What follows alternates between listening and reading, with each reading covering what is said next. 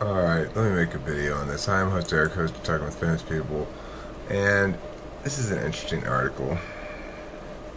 Identity politics will be the death of the center right. There was a time when America's Burkean contrarians felt compelled to engage with the substance of their critics' arguments, to meet facts with facts, disputations with counter-disputations. Now they're content to merely assert their identity as tellers of uncomfortable truths. And don't you dare ask them to validate that identity empirically. If a center-right contrarian identifies as unfailingly rational and free of racial, gender, or class biases, one must accept this as her personal truth. In fact, these intellectual dark web browsers have become so defensive of their identitarian ideology they've grown blind to any and all realities that might complicate their worldview. This is such a strange paragraph because if a center-right contrarian identifies as unfailingly rational and free of racial, gender, or class biases, then one must accept this. It doesn't matter if the individual has those biases because that's not part of their argument. I don't see intellectual dark web browsers have become so defensive of their identitarian ideology they've grown blind to any and all realities of my conflict. That's just nonsense. If this dire assessment of the center right sounds overwrought, just take a gander at this new essay in the Atlantic, which I've read already. The thesis of the column is simple. For years, the silenced majority has been suffering under the tyrannical hegemony of left-wing identity politics until Jordan Peterson set their minds free with his devastating rebuttal of the creed's bogus premises. Flanagan writes that what Peterson and the other members of the so-called intellectual dark web are offering is kryptonite to identity politics. That Peterson provided her son and his friends with the only sustained arguments against identity politics. Not once in the column does Flanagan define identity politics she's inveighing against, or so much as summarize Peterson's argument against them. She does offer some examples of what she considers to be representative of the former. The nation's decision to apologize for a poem. There's a strong case for the first item in this litany is, in fact, a genuine instance of left-wing ideological excess, and plenty of progressive writers have been making it. In fact, if Flanagan's son is still in the market for sustained arguments against certain manifestations of progressive identity politics, you can find no shortage of them from left-wing intellectuals. But Flanagan would rather attack an imaginary monolithic left than contend with the actual one.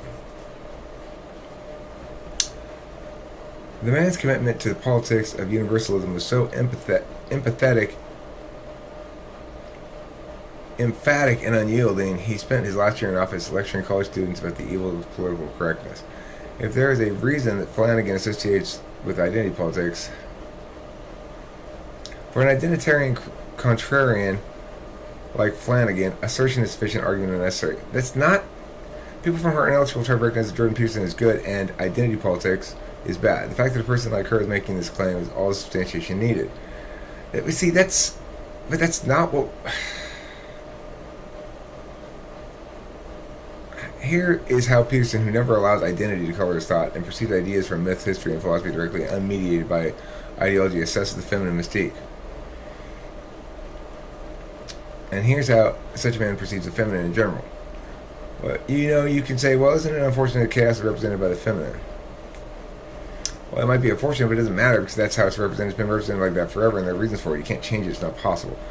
Okay, well, I agree that sort of notion is a little annoying, but it's not. Jordan Peterson looks down on human existence from the Archimedean point as risible, but Arrest's most preposterous telling claim, the one that exposes the center-right's contrarian's incapacity to even comprehend the existence of ideologically inconvenient facts, is this. By definition, there can be no coherent reason for anyone's irrational hatred of anything. But if we take Flanagan's argument to be that the left has no rational basis for seeing Peterson as contemptible and dangerous, then her argument is absurd. Peterson argues that human beings do not yet know whether it is possible for men and women to work together without the formal sexual. That's not what Peterson argues. To such an extent that segregated workplaces are preferable, that's not what he argues. He stated point blank that women do not want to be sexually harassed at work, but nevertheless wear makeup to the office, are hypocrites. In her essay, Flanagan accuses the left of mendaciously attaching reputation-destroying ideas. Rest assured, Peterson has attached those ideas to himself. Perhaps Flanagan agrees with all this. Perhaps she thinks can men and women work together. This is not responsive to any real arguments that are being made, okay? Now, for the sake of argument, let's say that Flanagan did not intend to defend it. Let's find this moment. This viral clip from one of Peterson's lecture begins with the press arguing that every single person in his audience is oppressed.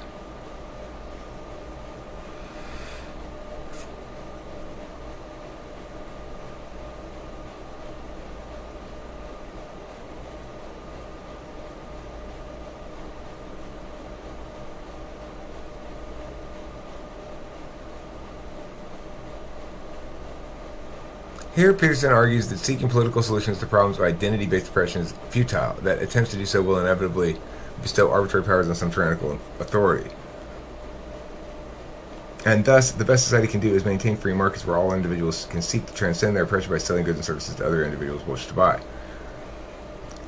Except that's not what he's saying, that all solutions to identity-based oppression is futile. He's saying that identity-based oppression is itself, it's your, the person who wrote this is responsible for imposing upon the members of the groups that he feels are oppressed, or he or she feels are oppressed, that status. And she doesn't understand that. This narrative rests on so many flimsy premises. Does Peterson genuinely believe the free market is the best solution the West has found for a woman whose genius son can't afford to go to college, or for a mother with a sick child? Is he unaware of the existence of public universities in his home country's single-payer healthcare system, or does he not understand that people had to organize collectively around shared identities of oppression to bring these kinds of public goods into being? And is the question of who will get to decide whose oppression the state should prioritize redressing really so confounding? Didn't the West develop Republican institutions precisely so that people's elected representatives could adjudicate such claims and be voted out of office if they do so in a way that displeases the majority of the public?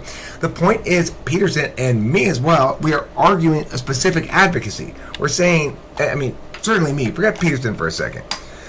The point is that the advocacy itself is that the state ought not impose upon others the status of victimhood in the way that you wish to.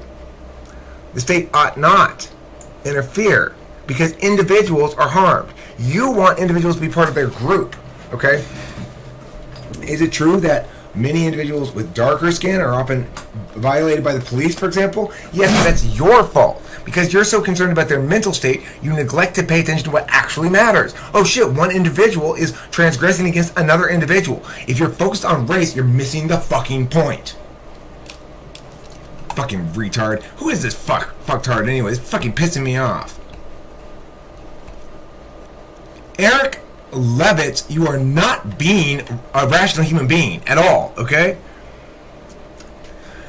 I do understand that collective organization had some positive impacts upon society if we were to measure only impacts. But the fact that something is approved of by the democratic process does not make it okay or right. In fact, this is why we reject moral relativism. Fucking retard. The problem is, it's true. You're oppressed, you're oppressed, you're oppressed, you're oppressed. God only knows what.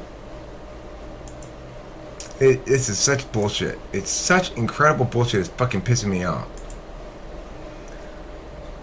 The one that best justifies the less contemporary, that proceeds from the premise that it is impossible to draw a categorical distinction between oppressions that are rooted in race, gender, or class, and inelucidable misfortunes such as being less tall than one might prefer.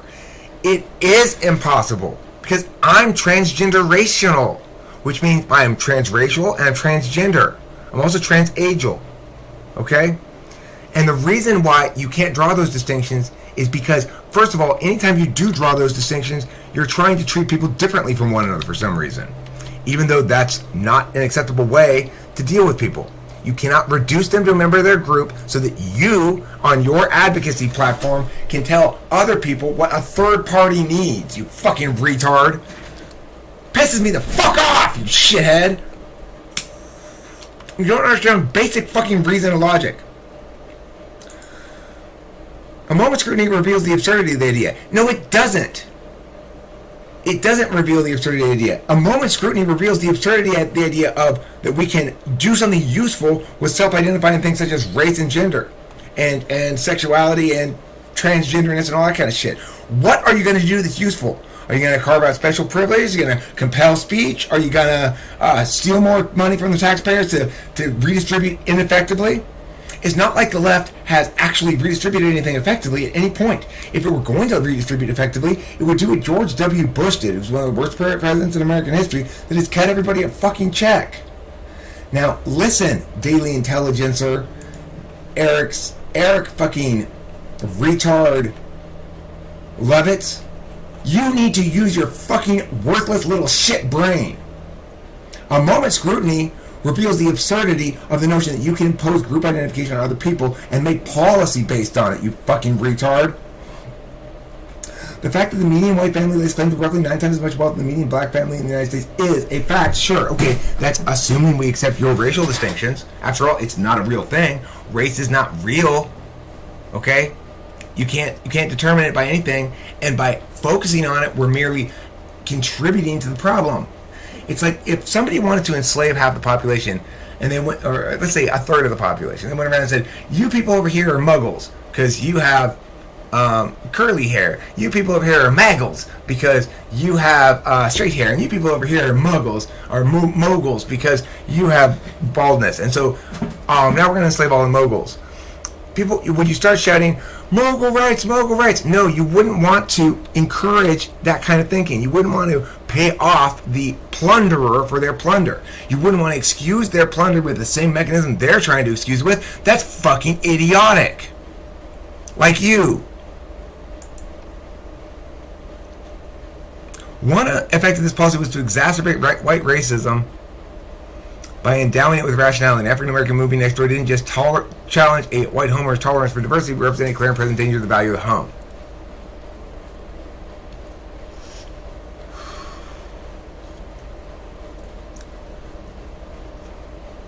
Okay, this is ridiculous. Claims to be a champion of equality of opportunity. In many of his other lectures on the folly of identity politics, Peterson insists Western societies have largely achieved such equality because the personality traits of intelligence and conscientiousness heavily correlate with success in the United States and Canada.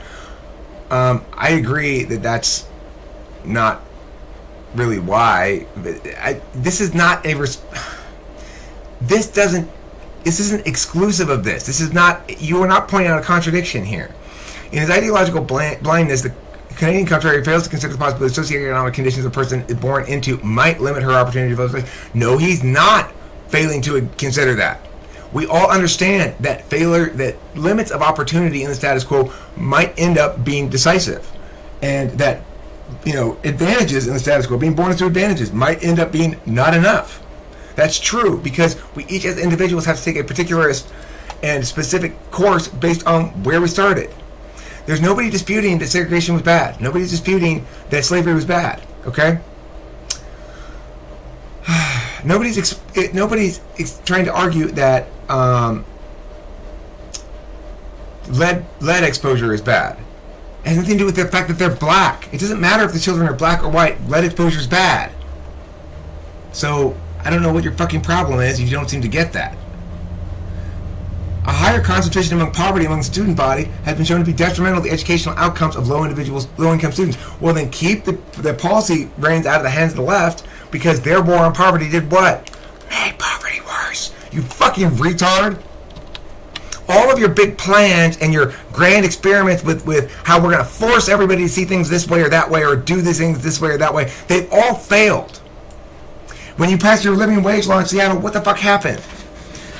All the people who were getting federal subsidies from federal housing subsidies went to work and said, I need to work less time now. I need to work about half as much because I've got a big raise, so I'll get the same amount of money for fewer hours so I can keep my housing subsidies. Uh-oh. Because of retards like you with your fucking value, with your in-kind benefits. In-kind benefits are so disastrous, and you incentivize poverty with them. That's your kind of policy position. In-kind benefits. Free lunches, free whatever. It incentivizes poverty. It infantilizes those it gives things to. It distorts markets. It incurs huge amounts of bureaucratic waste, and it has no fucking solvency. So why should we fucking listen to you and your retardation any further, huh? Have you thought about any of these things? Does it matter to you whether a problem has solvency or just inherency? Oh, things are bad over here. Well, let's look at it through this stupid ass fucking frame and make them worse. That's what you say, but because you stop at inherency. Here's the problem. Let's assume my good intentions are enough to solve it. Your good intentions are enough to fuck yourself in the ass, you fucking worthless bitch. Should black people in poverty-stricken segregated communities stop complaining because nobody's saying anybody should stop complaining. Is it difficult to understand that people as manifestly intelligent as Jordan Peterson and Caitlin Flanagan could possibly find their argument compelling? Nobody's making that argument except you fucking straw manner. In truth, only a tiny minority on the American left reject the liberal universalist ideals that Peterson and Flanagan claim to cherish. Really? Really? But one of the major obstacles to realizing such ideals is the refusal of wealthy white America to recognize what doing so requires. What does doing so require, and why is wealthy white America a monolith that you can reduce to having a uniform amount of uniform politics? It's absolutely not true. It's complete bullshit. You know it's bullshit. If we want to live in a country where all children have genuine opportunity to meet their potential, we must redistribute a massive amount of material resources to the people that we as Americans collectively conspire to deprive. Why should we listen to you at all when all of your redistribution plans heretofore on the left have failed miserably and made things worse? Have you addressed any of the actual economic impacts of what you propose? Any? Have you studied Zimbabwe and watched the destruction of their economy, the absolute collapse of it, when they massively did engage in a massive redistribution? Have you thought about it at all? Or are you just intent on destroying all that is good and true with your fucking intention-based bullshit straw-manning nonsense? Fuck you, you worthless cunt. Worthless fucking cunt. Oh my fucking God, you need to go fuck yourself, you worthless cunt. You're so full of lies and bullshit. Nobody's blinding themselves to anything except you are blinding yourselves to the reality of that which you advocate for. You have to consider the actual impacts. You have to consider solvency. Inherency is not an argument to do anything, you fucking retard. Fucking pisses me off. How do you get away with being considered? Oh my God. Fucking, you wake up every morning, look in the mirror and say, shame on me for my fucking retardation because I'm such a fucking retard. Worthless sack of shit.